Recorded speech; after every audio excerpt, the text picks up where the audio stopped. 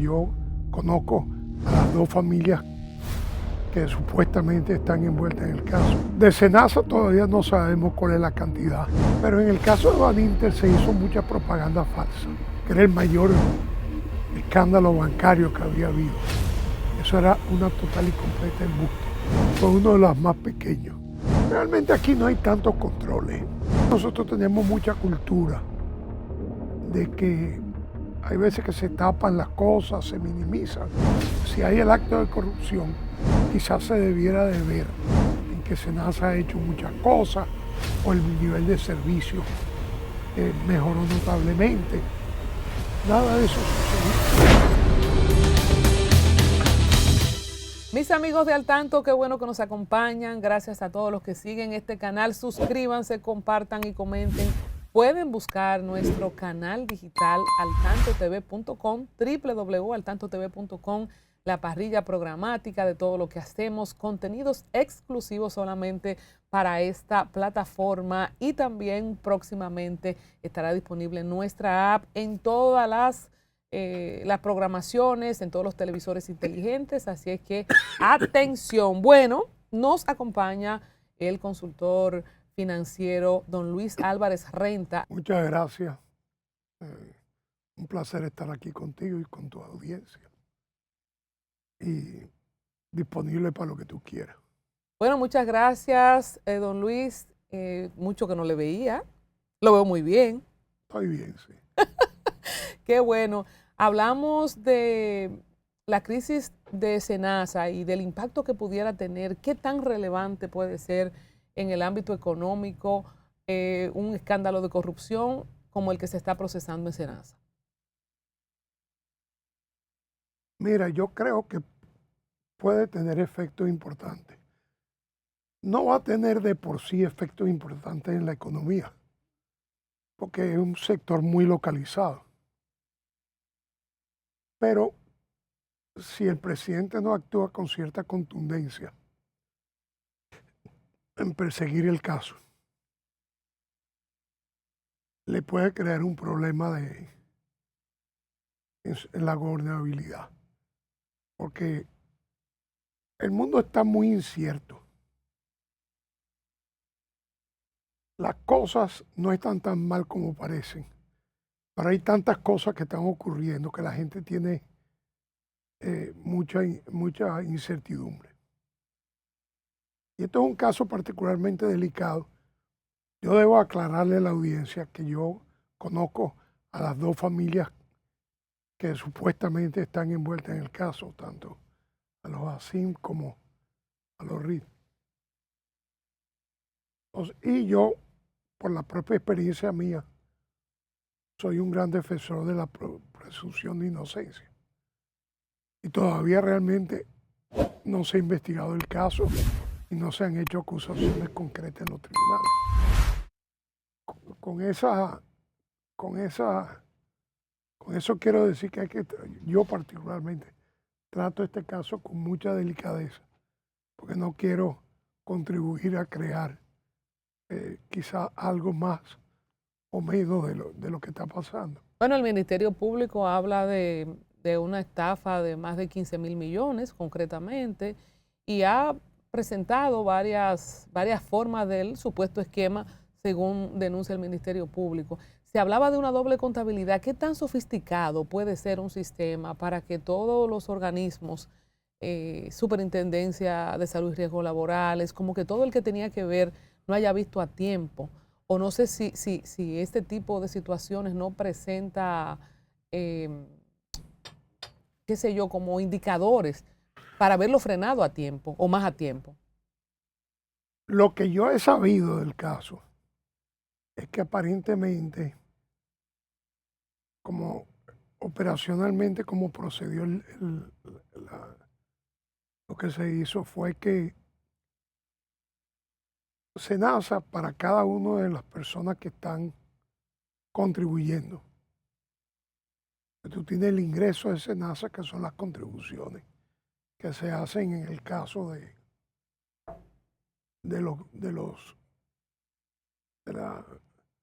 los seguros retribuidos, y las que son para el general, que son las que paga el gobierno. Entonces, cada usuario de SENASA tiene como, se le crea internamente un fondo. Y de ese fondo, si tú vas al médico y SENASA tiene que hacer un pago por cuenta tuya, lo reduce del fondo que tú tengas acumulado. Por supuesto, la mayoría de la gente no se enferma en una magnitud que tenga que utilizar su fondo de SENASA completo. Si el plan está bien diseñado, está diseñado para que los ingresos sean más que los gastos. Y dentro de eso hay una contribución para medicinas, que cada ciudadano tiene asignado en su parte del fondo. Entonces, lo que aparentemente sucedía era que se evitaba esa partida, como que la persona había comprado la medicina y se le reducía de la cantidad del fondo, de los fondos que tenía acumulados. Y se hacía de una forma constante, por lo cual los libros no reflejaron ningún cambio importante, sino muy poco a poco. ¿De qué magnitud económica estamos hablando? No lo sé. Hay muchas cifras, cada quien ha tirado una.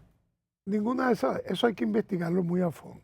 Algunos analistas, don Luis, han comparado y en redes sociales se habla de que este es el Baninter de este gobierno, de que la magnitud supera al caso Baninter. ¿Cómo usted pondera esta comparación que hacen con SENASA y Baninter? Bueno, de SENASA todavía no sabemos cuál es la cantidad ilícita que se recolectó.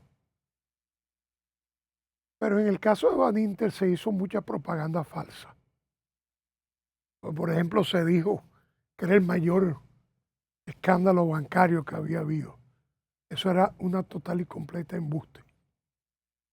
En esa época fue uno de los más pequeños.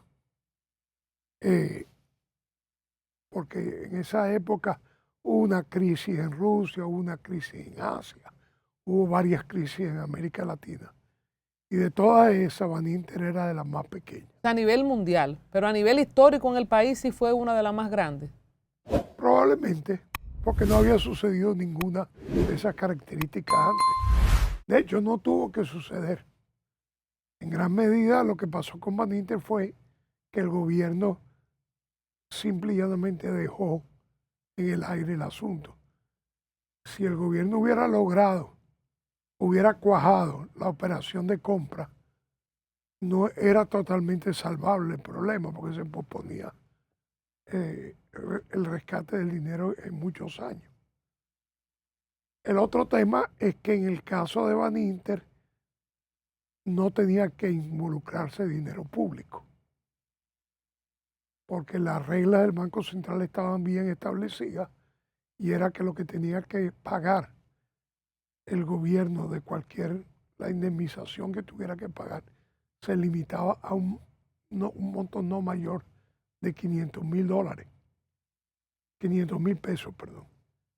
En realidad, el gobierno por razones políticas optó por llegar a cualquier suma que fuera, que tuviera la gente. Y eso hizo que fuera mucho más costoso el tema. Pero si lo hubieran limitado a lo que el gobierno estaba determinado por legislación, hubiera sido un impacto no muy grande. Cuando hablamos de los controles, usted que tiene experiencia en una mirada 360, los controles, porque la gente se pregunta, en el tema, por ejemplo, bancario, se movió mucho dinero, muchos pagos que debieron llamar la atención en el sistema, la superintendencia, los bancos. ¿Cómo pasó eso? Realmente aquí no hay tantos controles. Nos hemos dado cuenta. En ninguna parte, nunca lo ha habido. Porque una de las cosas que sucede es que por ejemplo, en el caso de Baninter, eso está registrado en la auditoría que se hizo por cuenta del Fondo Monetario, que trajo una serie de auditores de fuera. Y lo trajo de fuera porque los de aquí de una manera u otra podían estar tocados por la crisis. Y todavía nosotros tenemos mucha cultura de que hay veces que se tapan las cosas, se minimizan para proteger a ciertas personas o ciertas instituciones. Y eso en países que, bueno, mira España. España tiene ahora, toda la semana hay un escándalo nuevo que brota. Toda la semana tienen meses en eso. Y España no solamente es un país que está relativamente bien institucionalizado, sino que es un país muy burocrático, un poco como Francia. Y pasa como quiera. Y pasa como quiera.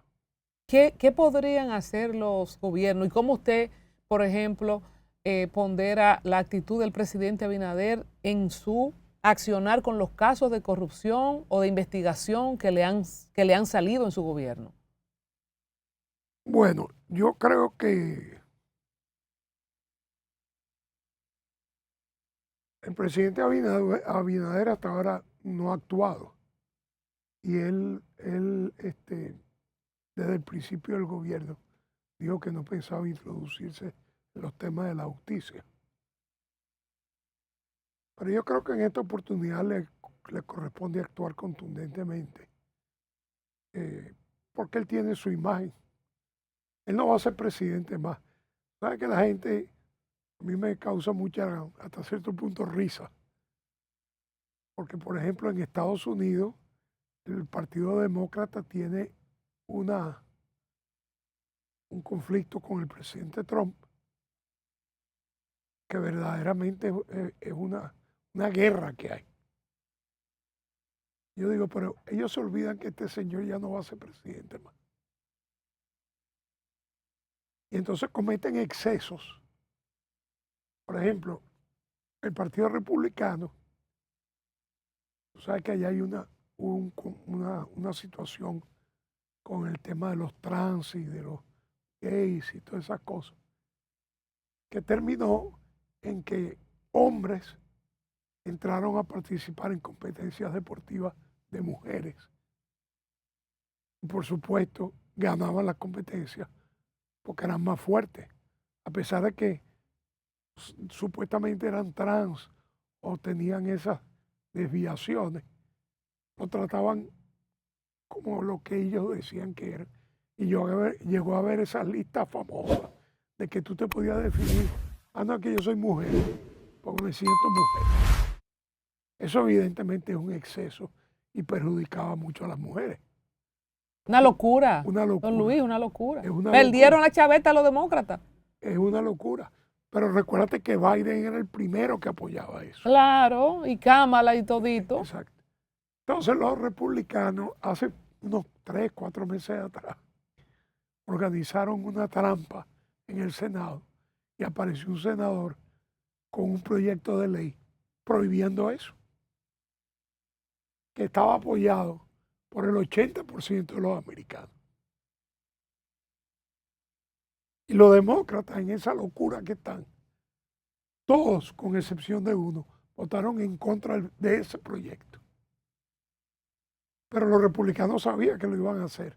Y lo que querían era tomarle la foto para las próximas elecciones y decir, mire, aquí están todos los demócratas contrarios a algo que evidentemente no tiene sentido y que el 80% de los norteamericanos están en contra. Hasta el punto de que ahora hablan de el síndrome de Trump, disarrangement syndrome o algo así. De que hay gente que es una locura porque no pueden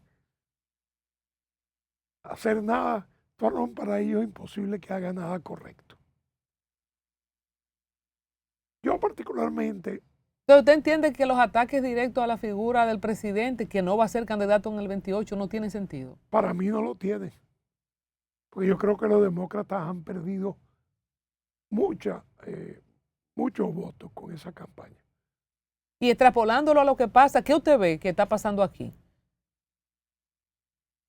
Fíjate, aquí ha sido tradicional en los últimos 20 años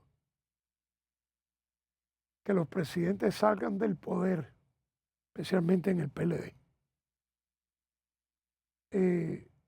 con un buen posicionamiento. Leonel Fernández salió en el 12 con un 72% de apoyo y Danilo tenía un 60 y pico. A Danilo se le cayó cuando se metió en la tercera reelección, que realmente no tenía apoyo. Y Leonel no, Leonel prefirió alejarse y dejar la presidencia, en vez de aspirar a un cuarto periodo. Entonces, aquí, este es un país conservador. Aquí tienen que pasar muchas cosas para que la gente se sienta incómoda. Y eso tiene su tradición. Este es un país en lo que han gobernado dictadores y cuasi dictadores por la mayor parte del tiempo. Entonces, es también un país, yo siempre decía que el éxito de nosotros en el turismo estaba en la forma de ser del dominicano. Porque cuando yo, hace ya 20, 30 años atrás, subí con mis hijos al Pico Duarte, salimos de un poblado en una carretera cerca de San José de las Matas. Ahí comenzamos el viaje hacia el Pico Duarte. Y era un poblado campesino que no había ni luz. Y nosotros pusimos nuestra casa de campaña para dormir la primera noche, al lado del poblado. Y yo andaba con 3 hijos míos, acompañándolos. Como familia fuimos todos al Pico Duarte. Y entonces yo quise que mis hijos tuvieran la experiencia de conocer lo que era la verdadera pobreza profunda dominicana. Y lo que hice fue que como a eso de las 8 de la noche, 7 de la noche, me di un paseo por el poblado, saludando a las personas en sus casas, que eran casas hechas de barro, esencialmente. Y en una de esas, una señora nos invitó a ingresar a su casa, que tendría 15 metros cuadrados, quizás, la casa entera. Ella vivía ahí con 8 hijos. Y la señora nos brindó café, nos brindó unos dulcitos. Y yo siempre hago esa historia por la bondad natural, porque era una mujer que evidentemente el café que nos brindó y los dulcitos que nos brindó eran una carga para ella, pero lo hizo naturalmente. Y este es un país que todavía yo creo que hoy en día tú andas por una carretera por ahí en el interior y te pasa cualquier cosa y tú vas a una casa y tocas la puerta y la gente te presta un teléfono o te da la ayuda que pueda. Hay un pesimismo generalizado por cómo anda el mundo. ¿Cómo ve Luis Álvarez Renta la situación del país a la luz de eso que usted dice, de la condición humana del dominicano? ¿Está perdiendo el positivismo o es más multiplicación de redes sociales, medios de comunicación? ¿Está tan malo como la gente dice o cómo usted lo ve? Yo no creo que esté tan malo como la gente dice. Yo creo que tenemos un problema fundamental de valores que se está reflejando en nuestra educación. Cuando tú y yo fuimos a la escuela, y tú eres mucho más joven que yo, pero todavía cuando tú fuiste a la escuela, tú tienes que recordarte tu clase de cívica, el patriotismo y todas esas cosas. Eso ya no existe mucho. Creo que se está retomando moral y cívica. Creo que el ministro Luis Miguel de Camps, no sé si se instauró en este año, se va a instaurar, Algo pero lo de vi. eso hay, sí. Sí. Sí, porque hay ahora un movimiento mundial por regresar. Yo estoy escribiendo un libro que se llama La economía de los valores humanos. Wow. En lo cual yo defiendo la tesis de que el desarrollo de los países está más allegado a la práctica de familia y de enseñanza de valores que a los propios sistemas económicos. Cuando yo fui a Alemania la primera vez, todavía estaba dividida. Pero yo me fui, yo alquilé un chofer y un carro y me fui a Alemania Oriental, que era comunista. Y era un comunismo relativamente duro, aunque era más suave que el de Checoslovaquia, donde estuve también. El de Hungría no, el de Hungría era bastante suave. Y ¿qué pasa? Que cuando yo pasé el muro, era obligatorio tener un guía. Que el guía era el guía y era el espía. Entonces yo entré para pasar unas horas ahí, como a las 9, 10 de la mañana, y me planifiqué quedarme ahí hasta las 4 o 5 de la tarde para ver ciertas cosas que me interesaban. Entre ellos el Museo de Pérgamo, que era muy famoso. Alemania, Berlín Oriental era totalmente diferente y mucho más atrasada que Berlín Occidental, que era nuevecita. Cuando fui al museo, una de las cosas que me llamó la atención es que en las paredes del frente del museo todavía había marcas de perforaciones de balas de la Segunda Guerra Mundial. O sea, ellos no se habían ni siquiera marcado el propósito de limpiar parte de los resultados de la guerra. Cuando me tocó la hora del almuerzo, yo le pregunto al chofer y al guía que cuál es el mejor restaurante de allá de Berlín. Y me señalan un restaurante que quedaba en el parque, donde estaban los soviéticos siempre hacían este monumento del soldado desconocido. Había una enorme estatua del soldado desconocido y el restaurante estaba dentro del parque. Y yo invito al chofer y al guía a que me acompañen a almorzar a un restaurante que yo evidentemente ninguno de los dos iba a ir nunca, porque era un restaurante moderno, caro, para turistas. Pero yo los invité a que almorzaran conmigo. Y eso causó como consecuencia que los dos se hicieron amigos míos, posiblemente porque nadie nunca le había dado esa oportunidad. Cuando me tocó regresar, ya estábamos en confianza. Y le digo yo a ellos dos, le digo, miren, yo estuve en Checoslovaquia, porque yo aproveché y hice un viaje por carro, en que entré por Hungría, pasé a Checoslovaquia y de ahí me fui a Alemania, para visitar a todos esos países comunistas. Y le digo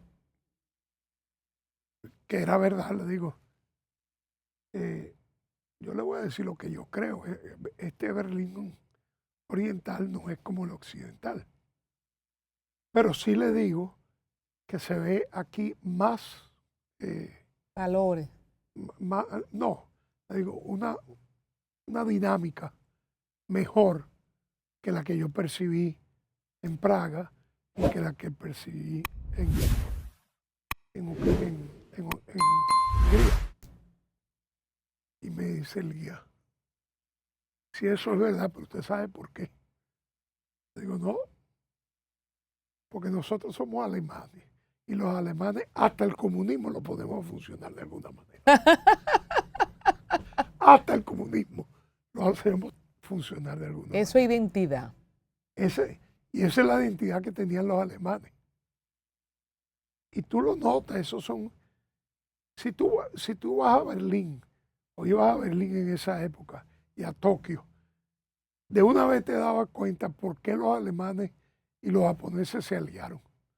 Don Luis, una estructura mental muy parecida. Cuando hablamos de esta estructura mental de los pueblos, el dominicano es chulísimo y vienen los turistas, pero yo creo que, sin generalizar, hemos, tanto a nivel empresarial como político, hemos rayado en repetir crisis de corrupción, el presidente Luis Abinader, el PRM, enarboló en campaña la seriedad, la transparencia. Entonces le han pasado temas como esto. Es que está en el ADN del dominicano el corromperse. ¿Qué pasa que a pesar de los controles, a pesar de apresamientos o destituciones, la gente sigue inventando? Pero no solamente el lado del político, también el empresario que ofrece el esquema. ¿Qué nos pasa? Eso lo trajo Colón, lo tenía Caunabo. ¿Quién era que tenía eso? Mira, hay muchas de esas cosas que vienen de muy atrás.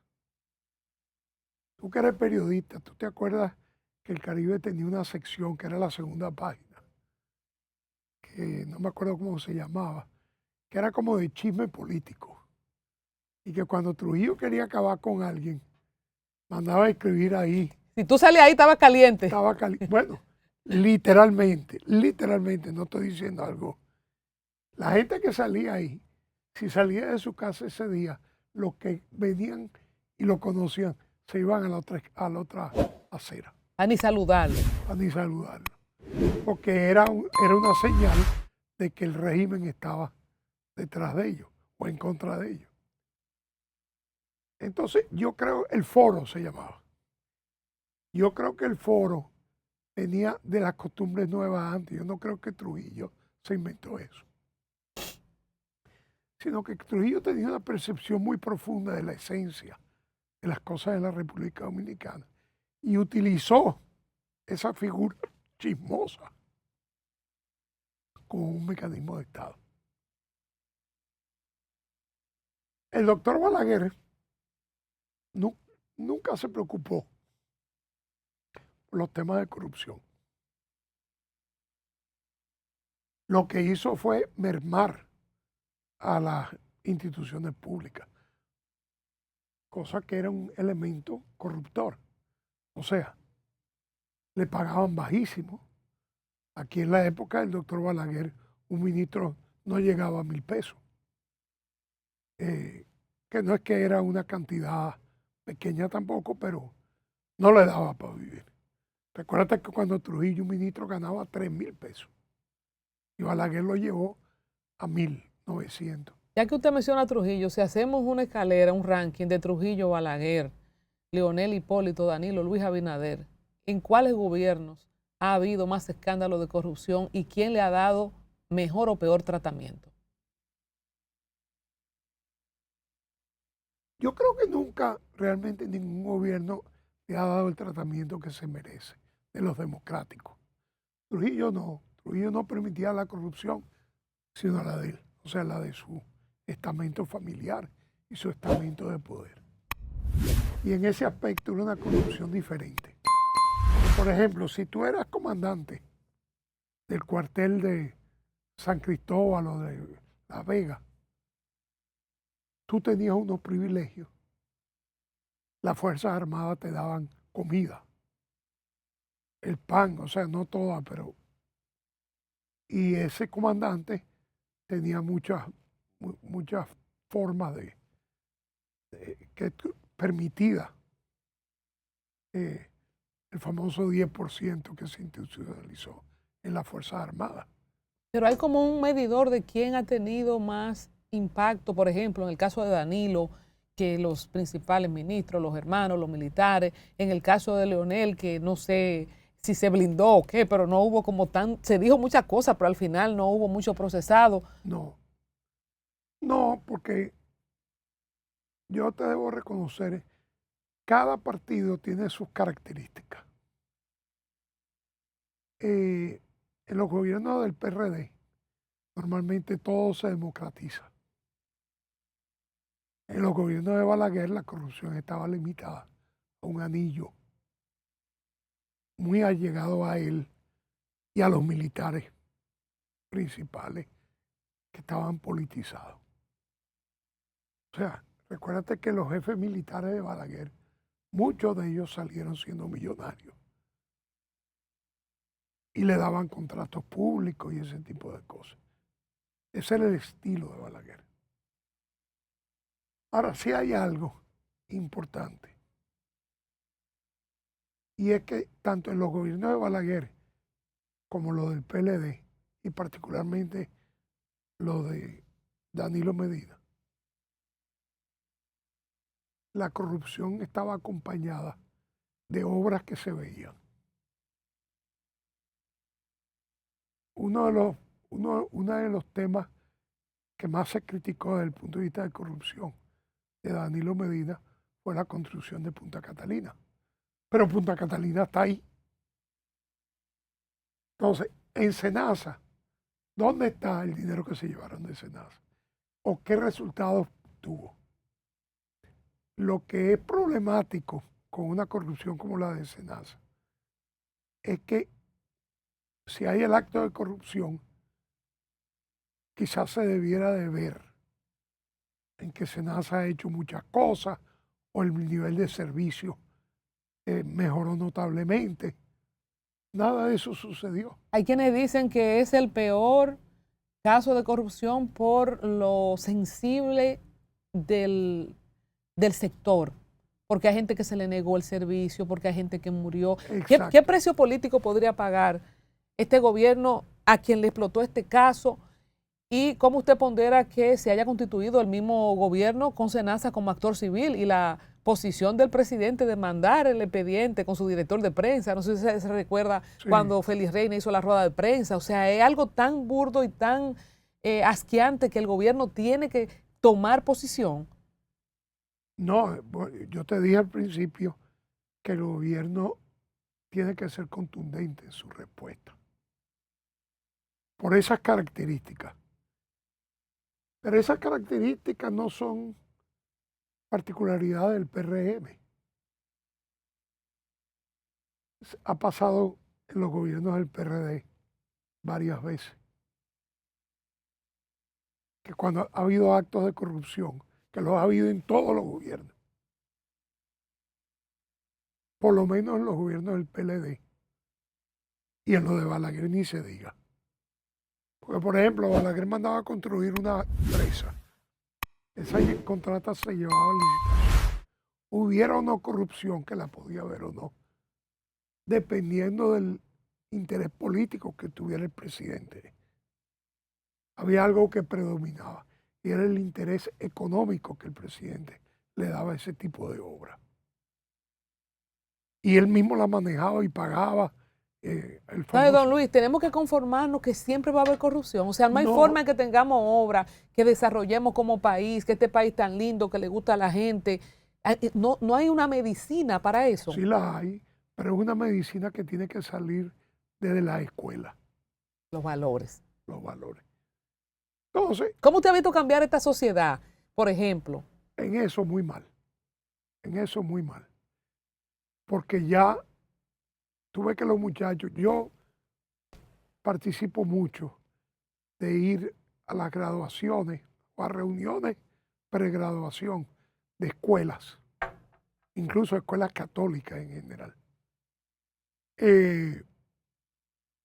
a darle una charla a los muchachos sobre la universidad, el futuro, cómo ser exitoso en los estudios, ese tipo de temas. Darle una especie de norma de guía hacia el futuro. Y la gente ya no te manifiesta lo que a nosotros, por lo menos a mí, en el caso tuyo, tú eres mucho más joven que yo, pero creo que también. A uno en la escuela le fortalecía mucho la honradez, el hecho de que la vida... La dignidad, las cosas que no se ven, pero ahora depende del vehículo en que usted llegue, del reloj que usted tenga. Así es.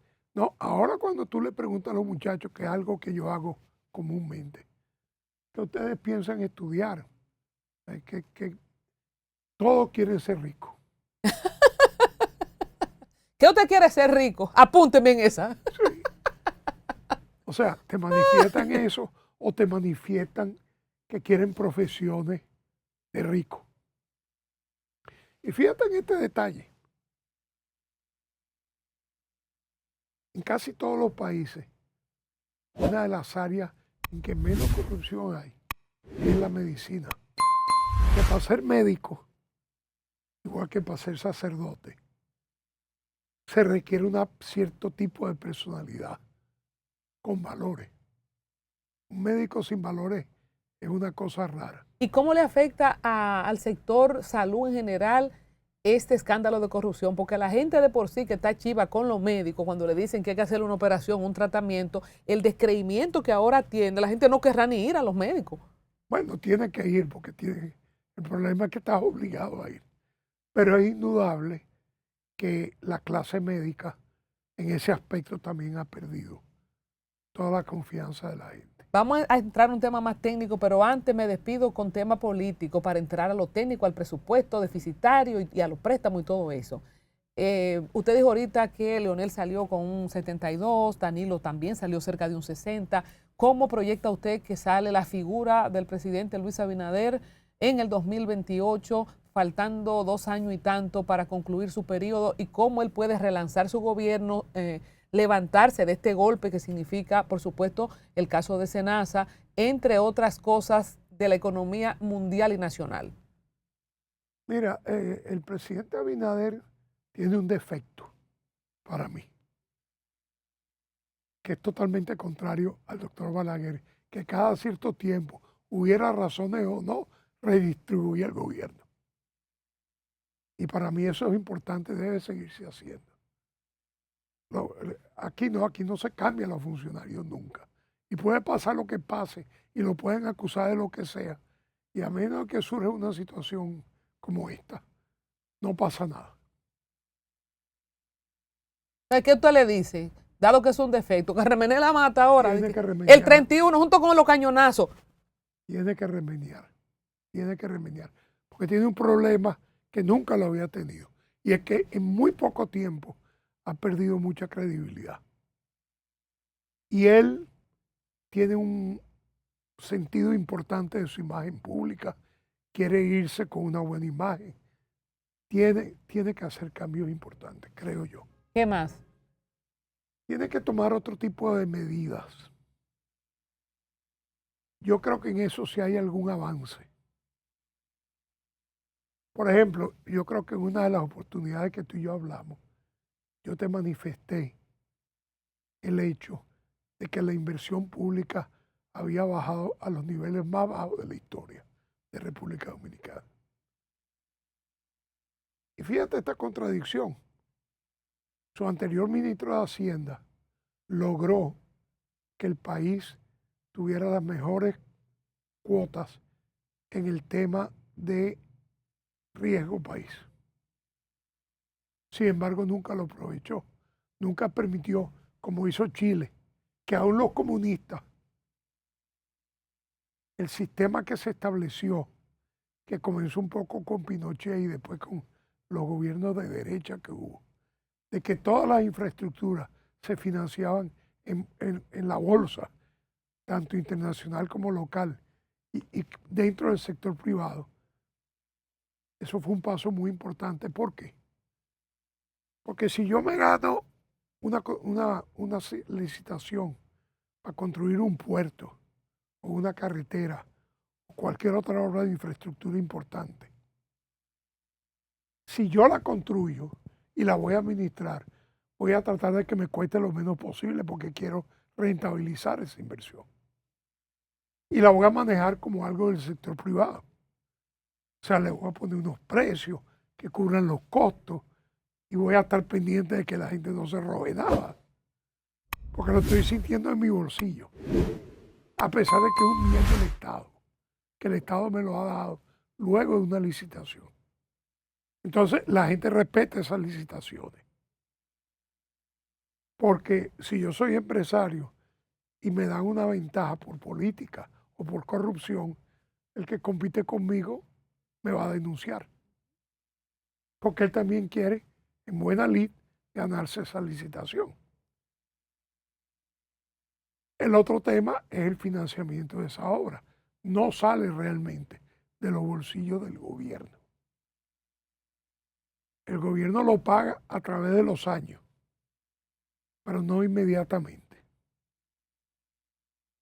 Eso se lo sugerí yo al presidente Abinader. Nunca lo hizo. Ahora tengo un poco más de esperanza porque vi ahí que Red Vial hizo una colocación de valores a nivel nacional y en cuestión de 4 horas colocó 18.000 millones que se van a utilizar para darle mantenimiento a las carreteras y hacer La ciertas, autovía del Ámbar, creo sí, también. para ciertas cosas. Pero ¿cómo sube la inversión pública? Si usted dice que una de las cosas que usted había avisorado y que había comentado, en estos 3 años, ¿qué tanto puede inclinar la balanza para mejorar en inversión pública? ¿Qué usted sugiere? Bueno, eso por ejemplo que hizo Red Vial es una gran solución. Si el presidente hubiera hecho eso desde el principio, piensa en tu empresa aquí. ¿Cómo tú te financias? Tú te financias por vía de préstamo, por vía de tus ingresos. En el caso Y del 2 o 3 comadres que me meten la mano cuando estoy apurada. Entonces, en el caso del gobierno, los ingresos son impuestos, de una manera u otra. Puede ser impuesto sobre la renta o puede ser lo que tú pagues en la carretera o lo que fuera.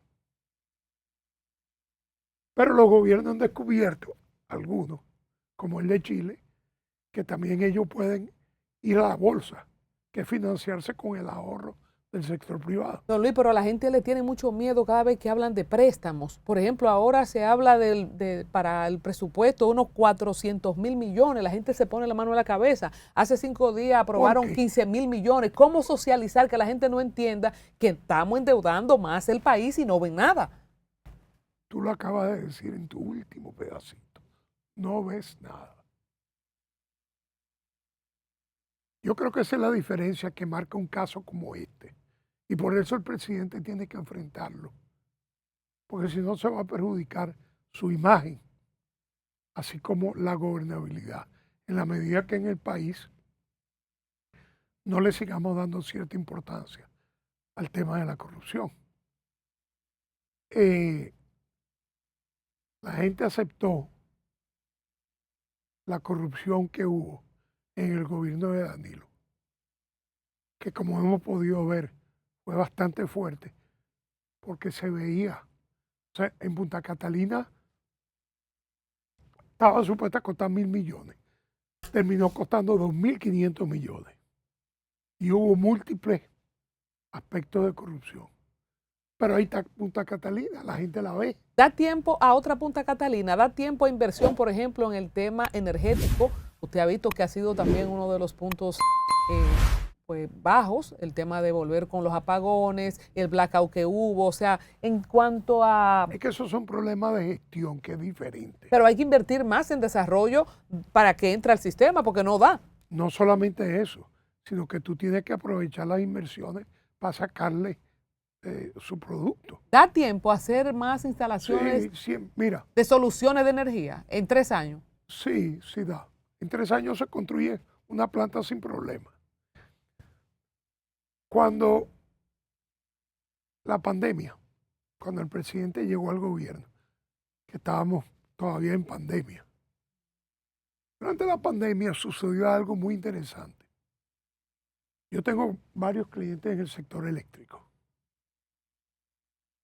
Y yo había detectado que el sector gubernamental en el gobierno, que estaba muy diseminado. Yo no sé si tú te acuerdas que el presidente, el tema de la energía lo preocupaba mucho y creó comisiones y esto. Mucha gente en energía. La vicepresidenta era la jefa de gabinete. Correcto. Pero mucha gente que no sabía lo que estaba haciendo también. Yo le transmití al presidente que estaba pasando algo raro. Algo no raro, sino... Y es que con la pandemia, muchas empresas en el mundo que habían cotizado plantas eléctricas y las habían ordenado construir, no pudieron pagarlas. Y las empresas que fabrican plantas eléctricas son pocas. Está Siemens en Alemania, está General Electric en Estados Unidos, está Mitsubishi en Japón, en China hay varias, pero son pocas, creo que no llegan a 10 las grandes. ¿Y en Brasil? En Brasil también se fabrica, sí. aunque son empresas extranjeras. Yo le dije, mire, entonces se presentó un mercado muy bonito, porque una planta que te tomaban que año y medio que te la construyeran, estaba 80% construida y había que salir de ella. Entonces, estas compañías hicieron ofertas muy atractivas en que te financiaban todo, te daban descuentos. Ellos tenían que salir de la planta, porque si no, una planta cuesta un dinero. Estamos hablando de cientos de millones de dólares. Y tú lo vas a tener en un patio ahí porque no la vendiste. Entonces ellos hicieron campañas especiales para salir de la planta. Entonces, yo había detectado que en los ministerios que tienen que ver con los temas de energía y electricidad, decían que la demanda de electricidad del país iba a crecer un 3% anual, equivalente a lo que ellos estimaban que iba a ser el PIB, que es muy acostumbrado a hacer eso en los países desarrollados, porque hay una cierta relación entre el PIB y el crecimiento de un producto tan básico para todos como es la energía. Pero yo había calculado que la demanda, siempre habíamos tenido una demanda precaria, un desbalance entre la oferta y demanda. Por eso siempre hemos tenido apagones. Sí. Danilo Medina con Punta Catalina más o menos ajustó momentáneamente esa situación. Momentáneamente. Pero también un desfase. Y yo lo capté y se lo mandé a decir al presidente. Hay un desfase, usted va a tener un problema nuevo. Aproveche ahora, porque esa es la forma de pensar del empresario. Para mí eso era una oportunidad. Era una oportunidad que se le presentaba al gobierno, Claro. de comprar energía barata. Ganar, ganar. Ganar, ganar. Pero los gobiernos no piensan así. Los gobiernos piensan, si tengo el dinero, etcétera, etcétera. Ni siquiera salen a buscar dinero, que es lo que le ha pasado al presidente Abinader. Por eso es que tú ves que se metió en un proyecto de mucho dinero, como es el proyecto allá en Pedernales. Y hace 5 años que el gobierno está en ese proyecto y todavía eso se hizo la terminal de cruceros y tal. Se han hecho 2 o 3 cosas. No se pudo aprovechar la oportunidad de comprar plantas No. porque no teníamos el dinero. No, lo que pasa es que cuando tú compras una planta eléctrica y la financias, siempre te van a exigir una garantía del Estado. Pero no es una garantía como tal de que si tú no pagas, el Estado te cubre la deuda. De ahí es que viene el famoso término de los PPA, que es un contrato que establece el Estado que te va a comprar la electricidad que te sobre. Y esa es una forma que el Estado tiene de garantizar que el flujo de los proyectos eléctricos es continuo. Don Luis, entonces ya se vendieron esa planta. ¿Cuál? No, las que estaban en oferta. No, la oportunidad desapareció. Wow. Pero fíjate esto, yo le di al presidente, o le mandé a decir al presidente, que si él no tomaba esa medida, iba a tener un desfase eléctrico. Iban a haber apagones, e iban a haber plantas de esa barcaza, iba a haber corrupción. Porque en toda la barcaza del mundo hay corrupción. Y contaminación.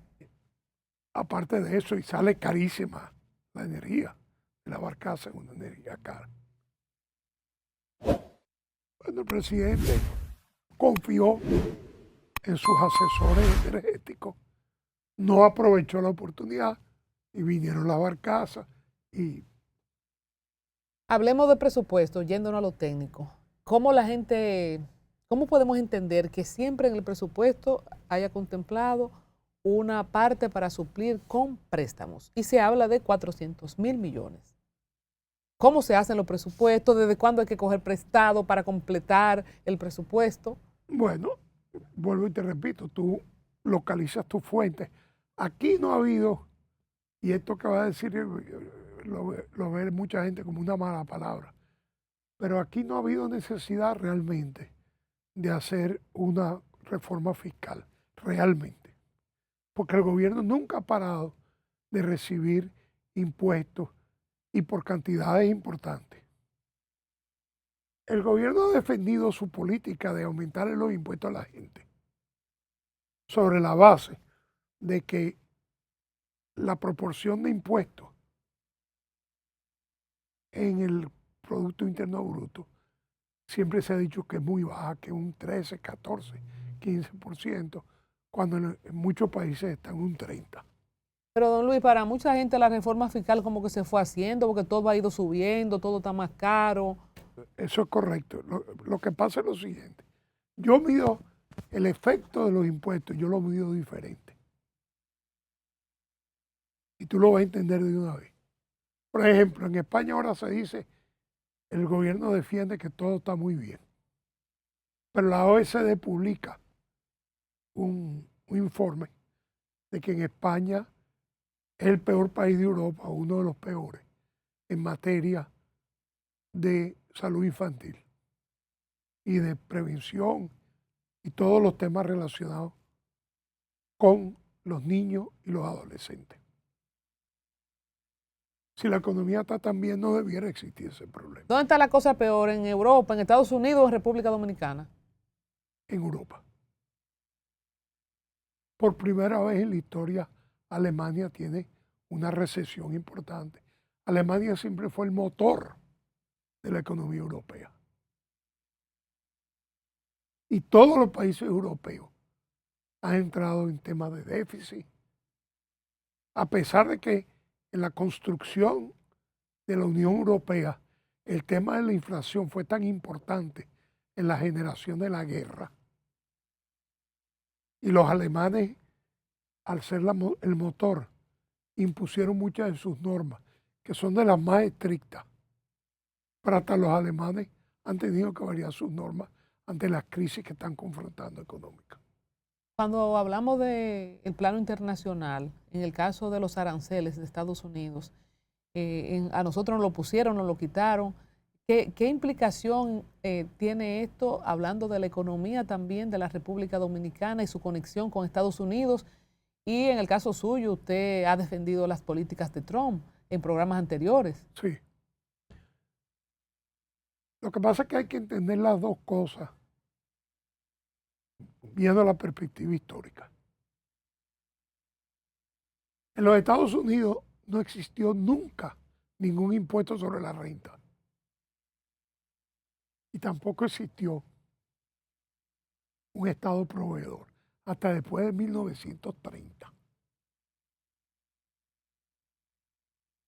Los Estados Unidos se formó dentro de una concepción capitalista donde, por ejemplo, en los pueblos, cuando alguien se enfermaba, los vecinos, si no tenían el dinero para pagar un médico, o los mismos médicos ayudaban a esa persona. Era una sociedad muy caritativa. Por eso tú ves que en Estados Unidos hay tantas fundaciones y ese tipo de cosas. Los impuestos que el gobierno recaudaban era vía aranceles.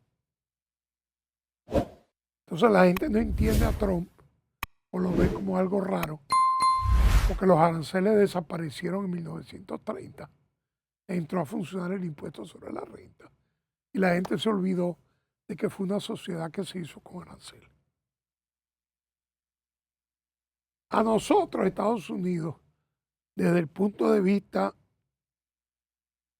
moral, no tenía por qué ponernos aranceles. Porque nosotros éramos uno de los poquísimos países en que el comercio con Estados Unidos era negativo para nosotros. Con el Tratado de Libre Comercio, Estados Unidos comenzó a vender a nosotros más de lo que nosotros le vendíamos a ellos. Y teníamos un balance comercial negativo en contra nuestra. ¿Qué influyó para que no lo quiten entonces, después que se anunciaron? No, lo que pasa es que como todas las cosas, esa burocracia, Trump lanzó ese programa. Porque Trump, la gente no lo sabe o no lo capta. Pero Trump con los aranceles adquirió un gran poder. Porque ¿cuál es el mercado más grande del mundo? El de Estados Unidos. Entonces, tú estás en Europa, tú estás en Inglaterra, por ejemplo, y yo soy Trump y voy y te digo, mira, yo te puedo poner aranceles bajitos o altos. Hay varias formas en que tú me puedes compensar y ayudarte a tener un arancel más bajo. Primero, tenemos que hacer un estudio de la realidad. La realidad es que los carros europeos pagaban un 3% de impuestos en los Estados Unidos y los carros americanos pagaban un 20% de impuestos en Europa. Entonces, esa situación, ese desbalance tan grande, hay que reducirlo. Pero hay otras cosas que tú puedes hacer. Con quien primero lo hizo fue con Oriente Medio. Tú puedes invertir, tú que tienes un exceso de efectivo, que lo estás depositando en banco suizo o en Noruega o qué sé yo dónde. No, tráemelo a Estados Unidos y métete en la industria de inteligencia artificial nuestra, que nosotros te vamos a dar parte de ese pastel. Y Trump ha captado, por lo menos en ofertas, algunas de las cuales ya se han materializado, 18.000 trillones de dólares. Trump es un genio financiero. Trump es un buen comerciante Que es muy importante también. y ha traducido muchas de esas prácticas en políticas oficiales. En ese aspecto ha tenido éxito. ¿Cómo puede convertirse la eliminación de esos aranceles en un alivio para la economía dominicana? Bueno, ¿Impacta? ¿La porque gente lo puede ver? mientras menos aranceles tú tengas, tú vendes más, porque tu producto sale más barato. Entonces, el sector empresarial dominicano hizo algo inteligente. Y en eso el presidente Abinader lo apoyó. ¿Qué pasa? Trump tenía un problema, porque los aranceles te suben los precios. Es un impuesto de importación.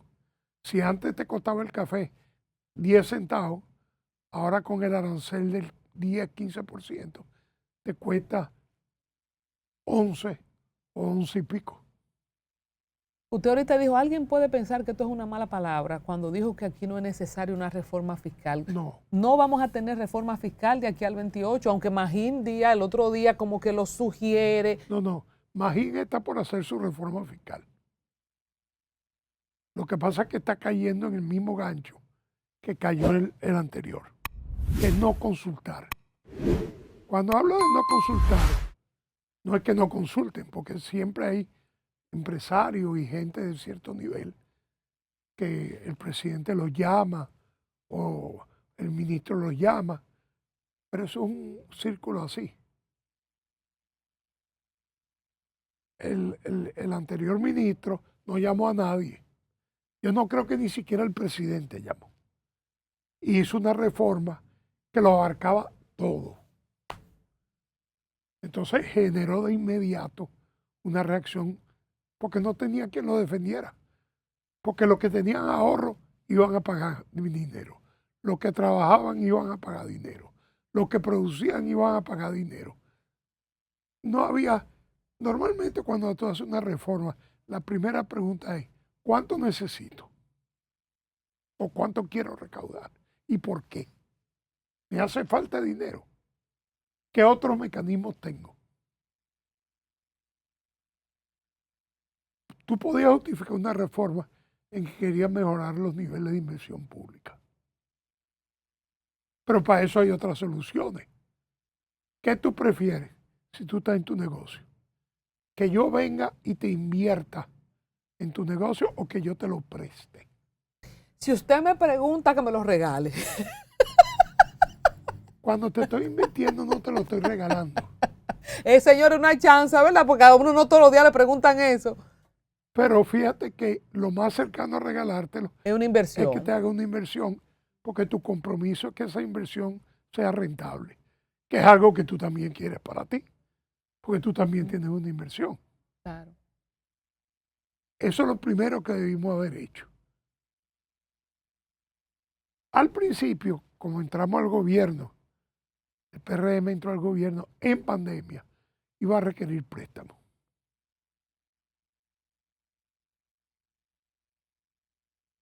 Y las cosas dominicanas, el gobierno pudo sacar préstamos. Ni siquiera había pasado un mes de tomar poder y sacó los primeros 2.000 millones en venta de valores a nivel internacional, préstamos extranjeros. Pero se le hizo tan fácil que entonces se acostumbró a eso. Y resulta que prácticamente cuando llega al poder tenía 40, 50 mil millones en deuda eterna. Ha llevado eso a 75. Y si se cumple el programa que está en el presupuesto, que son 5.000 millones de dólares, estamos hablando que vamos a estar en 80.000. Eso es peligroso, eso es manejable. ¿Qué lectura le da la gente común a eso? Bueno, eso depende mucho de la cultura. Yo diría que ya se acerca a niveles que son contraproducentes. Entonces, el gobierno le conviene más meterse en un mercado de valores en donde no tiene que repagar, sino dentro de plazos muy largos, y donde si lo hace correctamente, con licitaciones correctas y eso, supuestamente las mismas obras van a cubrir su costo. La tierra rara, se está contando con la tierra rara, ¿cómo cambia el ajedrez económico, la explotación de tierras raras? Dependiendo de la cantidad que aparezcan. No, pero según lo que dicen los expertos, tenemos más que China. No creas en la según eso. Eso es mentira. Eso es como el cuento ese de que aquí había petróleo, porque brotaba el petróleo en Asua. No, aquí hasta ahora no hay petróleo y se han hecho muchos esfuerzos serios para encontrarlo. La oposición pesca en río revuelto cuando habla de tormenta perfecta, de crisis severa. Claro, pero ese es el papel de la oposición. Van a decir que todo está bien. Las cosas no están tan mal como la oposición las pinta, pero tampoco están tan bien como lo puede pintar el gobierno. Y el presidente tiene las herramientas, tiene que ser más creativo. Yo pienso... Podemos decir que para el 2028 la cosa se puede enderezar si hace lo que tiene que hacer, o sea, da tiempo en 3 años, que es a veces lo que a mí me preocupa. Yo creo que sí, yo creo que sí. Vamos a hablar un chin de política antes de dejarlo ir. Los presidenciables, complaciendo a Freddy Aguas Vivas. La lectura del ajedrez político, ¿cómo lo ve? Fuerza del Pueblo está definido con Leonel Fernández. Han como apagado a Omarcito. El PLD tiene chance de recomponerse para competir como oposición, o los presidenciables del PRM tienen capacidad de ponerse de acuerdo para llevar un candidato y poder seguir siendo gobierno. Bueno, yo te voy a contestar esa pregunta con una pregunta a ti. ¿Qué es lo que le conviene al país? Yo no tengo la respuesta. Al país lo que le conviene es que volver una especie de bipartidismo, donde logre el PRM unirse, que puede ser bastante complicado, porque hay muchos candidatos, y que también logren unirse la oposición. Eso es lo ideal, el escenario ideal. Perfecto. Hablábamos ahorita de crisis de valor, de cómo el mundo está inestable, incierto. Entonces, eso se manifiesta también en las organizaciones políticas. Yo no veo esa unión ni adentro del gobierno y el PRM, ni en la oposición, don Luis. Es posible que no suceda. Entonces, ¿podría surgir un outsider? No, yo no creo que va a surgir un outsider. Lo más que yo creo que se puede aspirar es que haya una polarización en dos grupos. Y entonces el tema de la manifestación, usted vio delante del juez para la medida de coerción en el caso Senasa que grupos fueron parecidos a lo que pasó con la Marcha Verde o la Plaza de la Bandera. Sí. ¿Usted cree que estaríamos cerca de un estallido social o eso es una expresión momentánea? ¿Cómo usted ve esa parte? No, yo creo que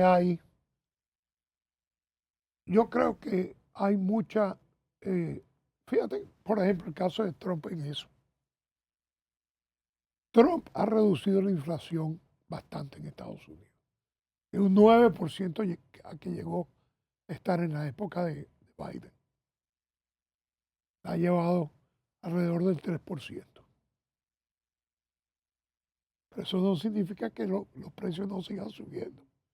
Lo que pasa es que suben menos rápido. Entonces, cuando tú has tenido un alto nivel de inflación, como el que hubo durante Biden, y ese cheque tuyo de todos los meses de repente comenzó a no poder cumplir con pagar todos tus temas. A ponerse chiquito. Y encima de eso, Biden, los salarios reales no aumentaron. Primordialmente por el tema, que es lo que la gente no se da cuenta, primordialmente por el tema de la invasión que hubo en inmigración. Porque el inmigrante trabaja por poco dinero, pero consume recursos. Y la política del gobierno de Biden era pagar una parte de esos recursos. Pero era loco que estaba Biden. O sea, ¿dónde que hace sentido lo que hizo el gobierno de Biden? El sentido era que ellos entendían, Biden entendía erróneamente, que mientras más inmigrantes entraran, esos eran futuros votantes demócratas. Y iban a funcionar o iban a ser demócratas porque le iban a tener temor a las políticas anti inmigración de los republicanos. Pero ¿para qué tú quieres votantes si destruyes un país? Bueno, porque no se hace ese cálculo, es un cálculo puramente político. Entonces, ¿qué pasa? Le salió el tiro por la culata, porque entró tanta gente y fue un desastre tan grande que hasta los mismos inmigrantes se pusieron en contra. Y resulta que Trump gana porque el 10% de los votantes, que son gente de color, y 30%, 20 y pico por ciento, que son inmigrantes que ya estaban ahí, cambiaron su patrón de votación, que era siempre votar el 80, 85% a favor de los demócratas, y Trump conquista prácticamente la mitad. Y le dijeron, es para afuera que van. Es para afuera que van. Al plano local, ya para irnos, ¿cuáles son los candidatos que usted, como que, unos gallitos que usted dice, bueno, apuesto a este? ¿Sería Leonel, sería David Collado, sería Carolina, sería la vice, sería Francisco Javier, sería Gonzalo? ¿No tiene candidato? No, yo tendré candidato, pero hay que esperar. Yo tendré candidato. ¿Qué le conviene más a la fuerza del pueblo, Leonel u Omar? Bueno, el más popular es Omar, pero el que manda es Leonel. ¿Qué le conviene al PRM? ¿Una figura vendida hacia afuera como David Collado, alguien con estructura adentro, como Yayo San Lobatón, como Carolina, como Wellington? Yo siempre tuve la teoría de que el David Collado no era un candidato muy aceptable a las bases del PRM, porque David Collado vino a ser PRMista el otro día. O sea, no tiene un arraigo interno. Pero indudablemente en la opinión pública es el que mejor cuadra. Pero no estoy seguro todavía qué va a pasar ahí. Porque si el gobierno, yo creo que él va a dejar el gobierno pronto para dedicarse a su campaña y para no asociarse a cualquier posible deterioro adicional que pueda tener el gobierno. ¿Las mujeres para cuándo? Carolina, la vice. No creo que por ahora. ¿Por el hecho de ser mujer o por la persona individual? Las dos cosas. Concho, qué dura esa respuesta. Una última añada para usted que está conectado a Venezuela. Se está esperando cualquier cosa en cualquier momento. Trump, No, Venezuela, el Caribe, las aguas. No le doy mucho tiempo a Maduro. Porque con esta última medida, para que tú tengas una idea, el sector del petróleo, no de ahora, no, desde que Venezuela, yo creo, desde que descubrió el petróleo en el 1927. El 80% de los ingresos de divisas de Venezuela son productos de la industria petrolera. Y desde que Carlos Andrés Pérez nacionalizó la industria petrolera, Ese es el dinero que maneja el Estado. Ya antes de la crisis con Trump, digo, Venezuela tiene ya muchos años en crisis económica. Ya desde poco antes de morir Maduro. Porque Chávez mantuvo la economía más o menos bajo control. Pero en los últimos 3 años, con su enfermedad y otros temas políticos, perdió el control de la economía. Hay un video que ha estado dando la vuelta en estos días de María Corina, que era diputada en el Congreso, diciéndole a Chávez en su cara de todo. No sé si tú lo has visto. Sí, claro. Hablando de la desesperación. ¡Águila no caza mosca! Exacto. Y ya realmente la gente está desesperada. Pero entonces, ¿qué va a hacer? ¿Una intervención, una guerra? Estamos en esos tiempos. ¿Cómo cambia el esquema geopolítico del Caribe? No. Maduro va para afuera. Eso ya está decidido. Y decidido, digo, no por Estados Unidos, sino que ya los Estados Unidos le han dicho a China y a Rusia y a Irán y a todo el mundo, esto no es un tema de ustedes. Y tiene mucho sentido. Está a 3 horas de Miami y es el país que tiene la reserva petrolera más grande del mundo. Son más grandes que la de Arabia Saudita. Lo que pasa es que es un petróleo de menor calidad y de mayor costo. Entonces Venezuela es un país estratégicamente muy importante. Más importante para los Estados Unidos que Ucrania. Tiene una minería importante de metales raros, de oro y de todo. Hay un chiste entre los venezolanos que cuando Dios estaba organizando el mundo, es que el hierro manda a Venezuela tal cantidad. Entonces cuando termina, uno de sus asesores le dice, óigame, usted a Venezuela le ha dado de todo.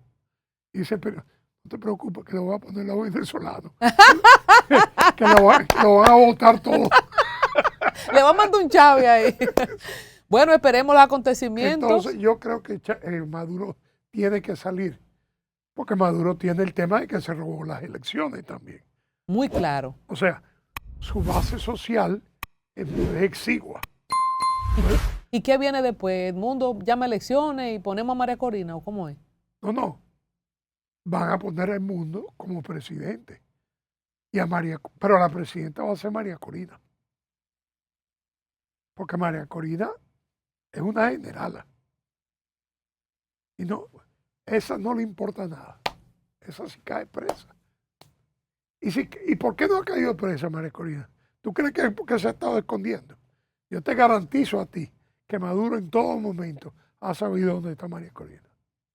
Lo que pasa es que no se atreve. Porque sabe que el 70% de la población votó por ella. Y hay 8 millones de venezolanos en el exterior que están contra ese gobierno. Algunos de ellos en Colombia, muy cerca. ¿Podría el descontento de la gente en algún momento por la traición de los políticos o los empresarios caer en un estado como el que cayó Venezuela? ¿Podría República Dominicana? Sí puede. Cuidadito, compa y gallo. Don Luis. Pues sí puede y valga la aclaración. Tenemos tradición de dictadura.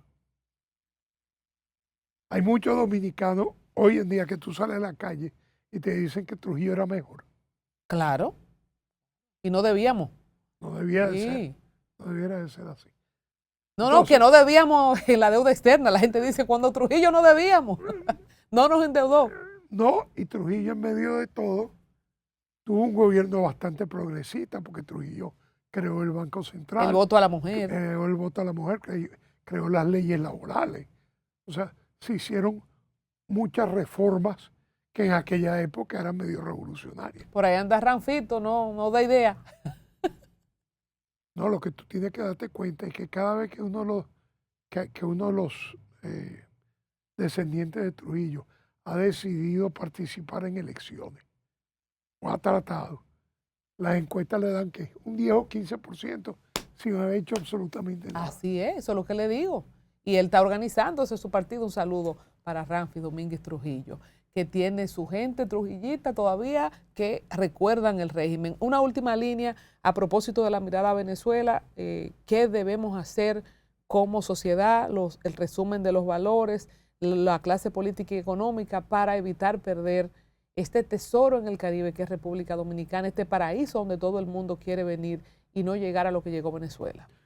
Bueno, mira, yo tuve una experiencia reciente que fue en las elecciones pasadas, que junto con algunos elementos de la Iglesia Católica organizamos el movimiento de candidatos por la vida, que se hizo esencialmente para defender ciertos valores sobre los cuales podemos hablar otro día, porque son temas muy complejos como el del aborto, etc. Pero también con un sentido de volver o de mantener algunos valores conservadores que han sido buenos para el país, que de hecho han sido los que ha evitado que este país, después de la revolución, no ha tenido movimientos sociales violentos.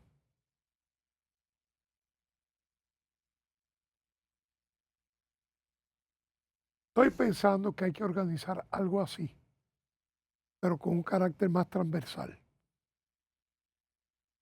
O sea, basado en lo que es nuestra cultura y nuestro conservadurismo natural.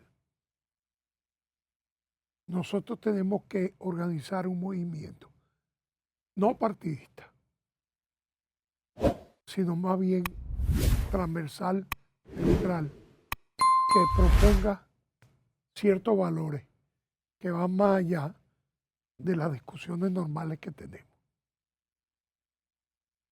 Por ejemplo, la defensa de la familia, la defensa de la vida, la defensa de la dignidad humana, temas de derechos humanos, la educación. O sea, hay que darle un giro al país, donde la política y los gobiernos se sensibilicen con temas como esos que te he hablado, con el tema de la salud de los más desposeídos. Hay que preocuparse por la gente. La pregunta que yo te hago, ¿tú te crees que los gobiernos en los últimos años, todos, se han preocupado por la gente? No es que no se hayan hecho cosas, se han hecho cosas. Primero la gente, decía el hombre. Sí, así es. Pero con un sentido diferente. Porque en el libro que yo estoy escribiendo, yo te hago la pregunta, ¿tú crees que, por ejemplo, los gobiernos que quizás son los más avanzados del mundo, que son los Noruega, los Suecia, etcétera, con un amplio espectro de políticas sociales y con amplia responsabilidad en el manejo de sus finanzas? Los noruegos descubrieron, les corresponde una buena parte del petróleo que se descubrió en el Mar del Norte. ¿Qué hicieron los noruegos? Crearon lo que es hoy en día el fondo soberano más grande del mundo. Y ese fondo hace dos cosas. La mitad del dinero está a nombre de los ciudadanos para que lo puedan utilizar en su vejez o complementar la seguridad social con fondos que vienen de eso que era un impacto, que no había sido planificado. Y lo otro lo utilizan para sus infraestructuras y tienen de las mejores infraestructuras del mundo. Si no fuera tan frío, cogiéramos para Noriega. Sí, sí. Entonces, primero la gente. Primero la gente, pero no se puede, ni me gusta el primero a la gente, porque me parece muy político. Entonces, ¿cómo hacer un movimiento transversal y que la gente no le tenga miedo a que sea político para defender los valores, la familia, la vida? No, y otras cosas. Defender también la gestión de los bienes públicos. Me gusta eso. Defender la gestión. Porque la gente no le tiene amor. Si es un vehículo público, lo destartalan en 2 días. Exactamente. Óyeme, pero deberíamos amar y cuidar. Yo me pregunto, y esta es una reflexión final de mi parte, don Luis. Tengo tantos amigos en Estados Unidos que están locos por volver a la República Dominicana. Es muy dura la vida laboral allá de 3 trabajos. Mucha gente en Europa que quiere volver a su país, República Dominicana. Debemos cuidar, abrazar, amar, proteger, vigilar este país, esta República Dominicana. No, y promover que esa gente venga a hacer cosas productivas. Porque ¿A dónde van a volver si esto se hunde? Exacto. Y lo peor es para ellos, porque ellos quieren volver a su país. Yo soy hijo exilado. Mi papá nunca puso en duda que iba a regresar al país cuando pudiera. Y efectivamente, mataron a Trujillo y vino de una vez. Este es el mejor país del mundo. Don Luis, muchas gracias. El año que viene vamos a arrancar con la proyección económica. Sí. Me gustó lo de ahorita. No está ni tan mal como dice la oposición, ni tan bien como dice el gobierno. Eso es verdad. Ahora, lo importante también es que todos nos metamos en la cabeza que independientemente, y el primero que se tiene que meter eso en la cabeza es el presidente y sus funcionarios, que independientemente de lo bueno o lo malo que tenga el gobierno, nosotros los ciudadanos somos los que forjamos nuestro destino, con el voto por una parte, pero también con nuestra actitud hacia las cosas que pasan. Y tenemos que comprometernos, tenemos que quemarnos nosotros, no necesariamente de una forma partidista. Fíjate que aquí ha habido movimientos como el de la Marcha Verde, etcétera, que protegieron bienes morales sin que había gente de todos los partidos. Entonces tenemos que darle solidez a esas instituciones que luchan por el bien del país, de todo el mundo. Y que después no se politicen. Muchas gracias, don Luis. Gracias a ustedes. Suscríbanse, compartan, comenten, visiten nuestro website www.altantotv.com para ver toda nuestra oferta programática. Muchas gracias.